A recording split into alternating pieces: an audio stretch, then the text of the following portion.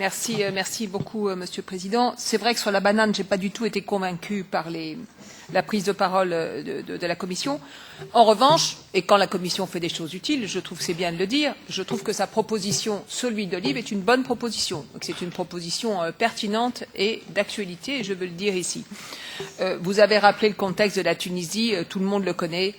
Un des pays qui a fait et entrepris cette révolution, qui a été absolument au rendez-vous du changement et de la stabilisation démocratique depuis maintenant plusieurs années, qui s'est trouvé récompensé à juste titre par le prix Nobel pour le quartet, qui est aussi un encouragement à poursuivre. C'est pas facile de poursuivre sur cette voie. C'est un pays qui connaît de très nombreuses difficultés. Nous pensons tous ici, évidemment, aux actes terroristes qui ont eu lieu en Tunisie, que ce soit au musée du Bardo, que ce soit à Sousse, que ce soit encore la semaine dernière à Tunis. C'est pas du tout par hasard que les terroristes frappent la Tunisie. Ils frappent la Tunisie parce qu'ils savent que c'est un pays qui est en voie de réussir et qu'ils veulent la déstabiliser profondément et créer des conditions pour que le pire s'y produise.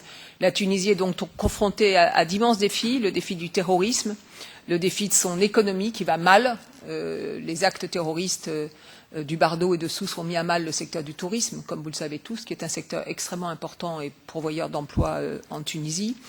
La Tunisie connaît des grandes inégalités territoriales entre ces différents territoires, avec des territoires où on a un chômage des jeunes qui atteint absolument des sommets. On a aussi un très grave chômage de tous les jeunes diplômés. La Tunisie connaît des problèmes enfin avec sa frontière avec la Libye. On ne le dit pas suffisamment, mais il y a environ 1 800 000 réfugiés qui sont aujourd'hui en Tunisie et qui sont arrivés par cette frontière, avec tous les risques aussi de déstabilisation que cela provoque. Donc oui, il faut que l'Union européenne soit là, avec la Tunisie, dans l'intérêt de la Tunisie et dans l'intérêt de notre Union. On a intérêt à ce que la Tunisie réussisse, c'est très important, et intérêt à avoir un environnement le plus stable possible. C'est pour ça que nous avons ouvert des accords de négociation de libre-échange, et c'est pourquoi j'approuve tout à fait la proposition de la Commission.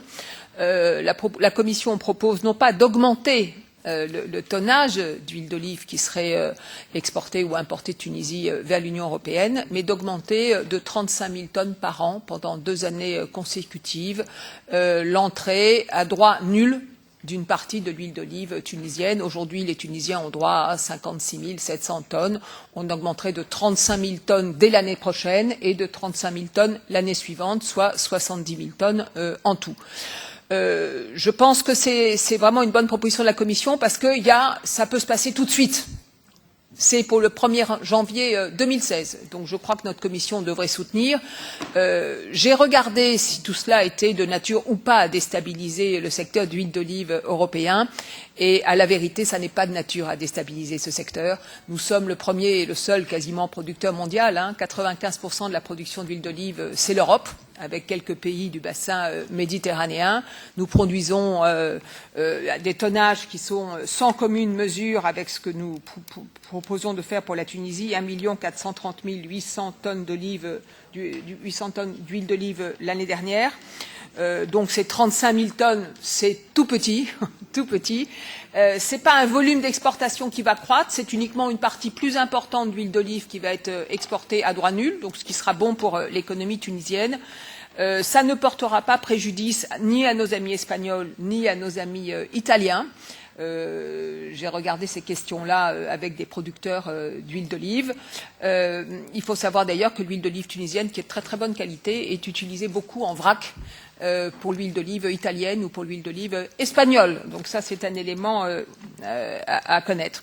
J'aimerais mettre sur la table, si notre commission en est d'accord, et uniquement si notre commission en est d'accord, 2 amendements, mais qui seraient des amendements sur lesquels nous pourrions avoir un accord tous ensemble, Monsieur le Président, ainsi que l'ensemble des shadows et des rapporteurs fictifs, qui seraient 2 amendements que nous déposerions en même terme avec le Conseil pour ne pas retarder les choses. Le premier de ces amendements que j'aurais envie de vous proposer, c'est de considérer qu'il faut absolument que cette mesure bénéficie à l'ensemble des producteurs tunisiens, gros, moyens ou petits. C'est très important. et que les licences d'exploitation devront donc être distribuées de manière tout à fait transparente par l'Office national de l'huile en Tunisie. Ça, c'est la première idée d'amendement que je veux vous soumettre, sur lequel je serais curieuse d'avoir votre retour. Et s'il y a des inquiétudes de nos amis espagnols ou italiens, on peut éventuellement ajouter un article, si le Conseil en est d'accord, pour dire que nous ferons un point sur la situation et un bilan à mi-parcours, c'est-à-dire à la fin de l'année 2016. Mais on ne peut pas suivre la procédure normale et régulière d'amendement pour ne pas retarder les choses. Donc si on se met d'accord et si notre commission en est d'accord, si on se met d'accord sur ces deux idées-là, nous nous mettrons d'accord avec le Conseil et la Commission pour agir dans ce sens-là. Voilà, Monsieur le Président, les quelques éléments que je voulais livrer à notre commission. Merci beaucoup.